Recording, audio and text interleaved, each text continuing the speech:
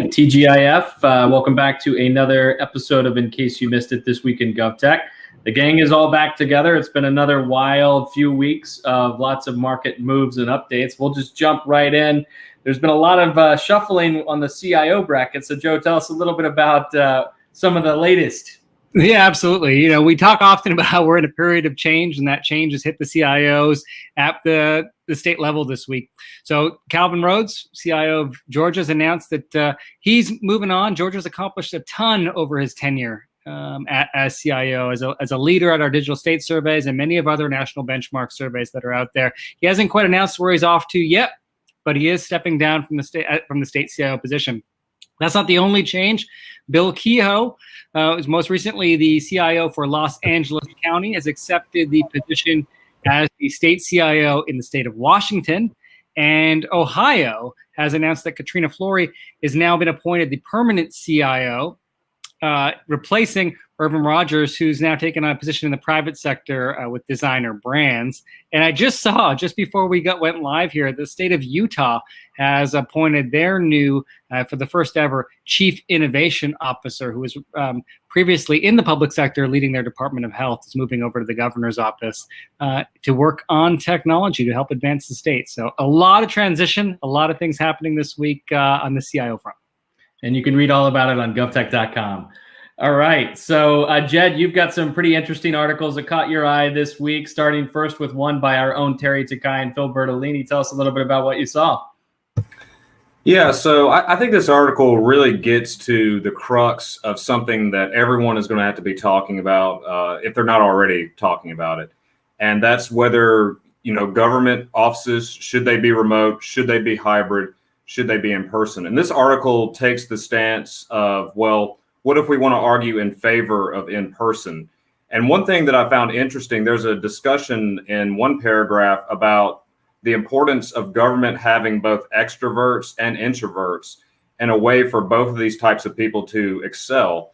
And it talks about how extroverts right now are they're really ready to get back into the office. But then on the flip side, the remote and hybrid options really do work well with introverts because they like the alone time and they like the time to concentrate. So what's so interesting about this too is that think about like how we brainstorm now. It's like we've got to set up a Microsoft Teams meeting or something like that and get everybody on the same time. And then you also have to hope that your internet on all sides is working. This article points out that at in-person teams, you can just brainstorm a lot more organically. You can just corral people in the office. And so it talks about a lot of things like this. But, getting back to the whole point here, there's another issue that's wrapped up into this, and that's, attracting talent. Is the government in a better position to attract high-quality IT talent if it does stick more with remote or hybrid options? So that's what I was really noticing here in this piece. It's the hottest topic, I think, for us. Is every virtual digital government summit, the return to work or future of work panel gets the most attention. We're grappling with that in government. I think when you look at the surveys that we've run over the last year or so, there's high support for remote work continuing to be the new normal in government, and certainly some form of hybrid. And now we're seeing a patchwork of these return to physical offices across the country. Some states, some localities are bringing their employees back. To your point, Jed, some embracing it and others kind of struggling with the notion of being pulled back into that physical office. It's absolutely going to be fascinating to watch government navigate through this to set, kind of let the dust settle a little bit.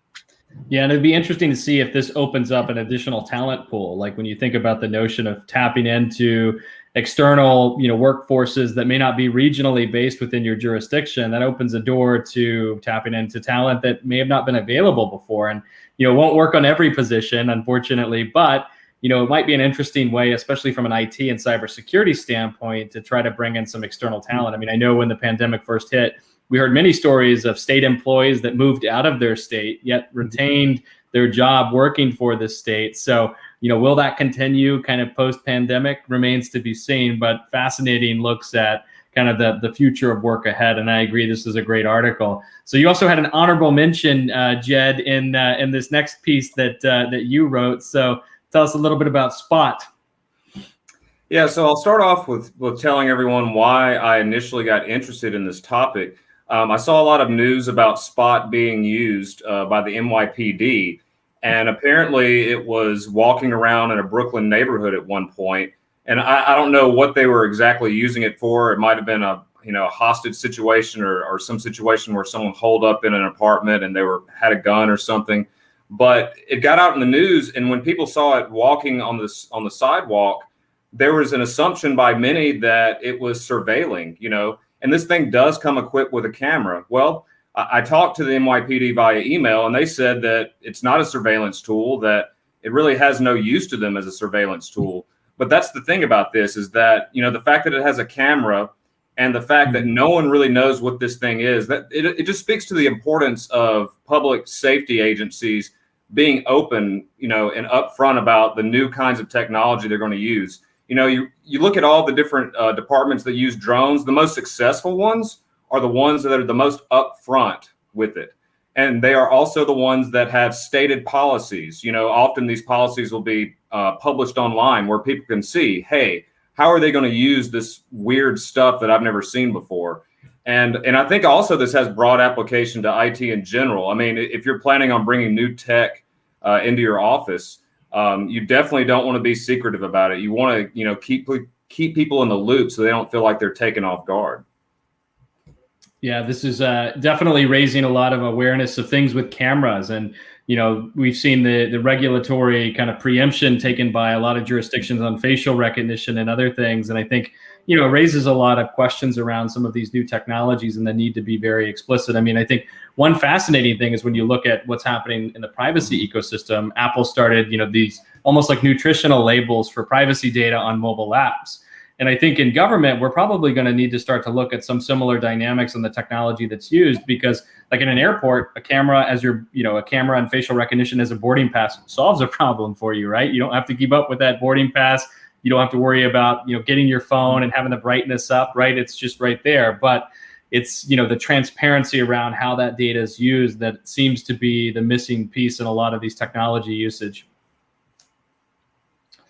All right. And so the article that I kind of saw that was interesting was actually Apple did their worldwide developer conference on Monday.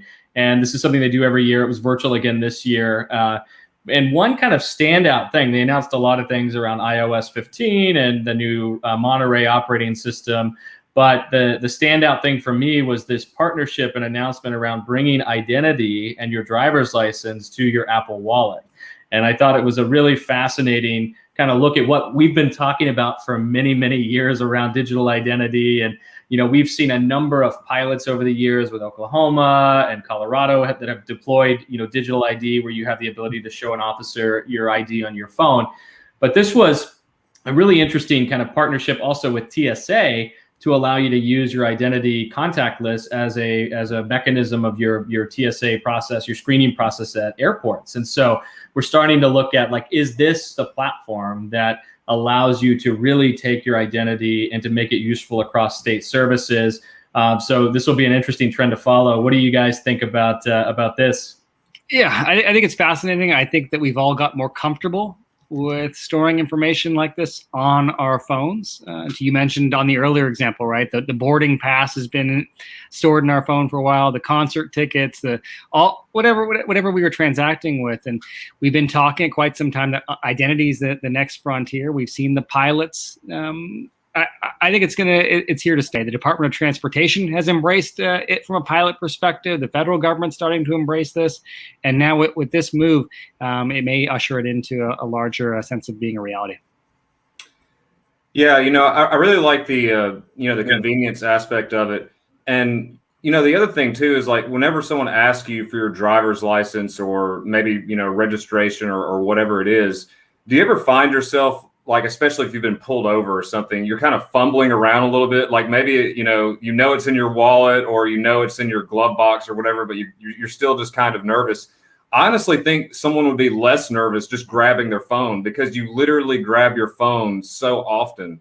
So that's something that I thought about. But I'm also concerned, though, about how this would be secure, because I'm already a little paranoid about what I have on my phone right now. And so this would be, one more thing that if someone got into your phone, they could get information and then potentially use it in some way. Yeah, and I think there's the inclusion and digital equity aspect of all of this too. So, this is seamless and provides a major benefit for those of us that have, an iPhone that can kind of run this capability in iOS 15. But for those that aren't, we have to also ensure that we don't optimize all of our services for this contactless normal, but that we still allow a mechanism for other people to participate in a seamless way without having a digital identity. So there's a lot of questions that have to be raised as a part of this. There's also questions, this is a state level target, but when you start to get down to some of the identity experiments at the local level, like in Chicago and New York, to try to provide identity, for citizens and giving them some form of city ID, there's a lot of questions that are raised around where does that play in this entire conversation as well. So one thing I know we're excited about, Dustin, is something that we worked on jointly with the cast of our co-conspirators, and that's our industry masterclass that we launched just a few months ago. It's our industry certification course that brings the best and the brightest of state and local government together. If you're tuning into this episode and you're wondering how do you understand the foundational aspects of state and local government and how to navigate this, particularly through this challenging time where we've got federal funds and technology's modernizing at a quicker pace, we've assembled quite a cast of individuals that can help you walk through the nuts and bolts of state and local government and get certified by the Center for Digital Government as a certified seller and marketer to state and local governments. We're going to provide a link in the show notes to you to that industry masterclass if that's of interest to you. But outside of that, we've got an exciting week planned ahead next week too. Dustin, I know you're taking the stage at our State of the GovTech event next week. That's going to be on Tuesday and Wednesday on the 15th and 16th. So if you haven't already seen that or had a chance to register, please do. We've got an impressive panel of speakers and guests that represent the best of the GovTech industry, both the inside industry, the founders, sharing the latest of what's happening. So Dustin, anything else to add on what will be discussed at State of GovTech? Yeah, no, I think you covered it well. We're excited about it. It's bringing together a diverse group of investors and government and industry, all to talk about what's happening in this crazy time in the market. All right. Well, then you guys come back next week. We'll recap what happened at the event and what we caught in the week that was in GovTech. So have a wonderful weekend. And on behalf of Jed, Dustin, and I, stay safe. Take care.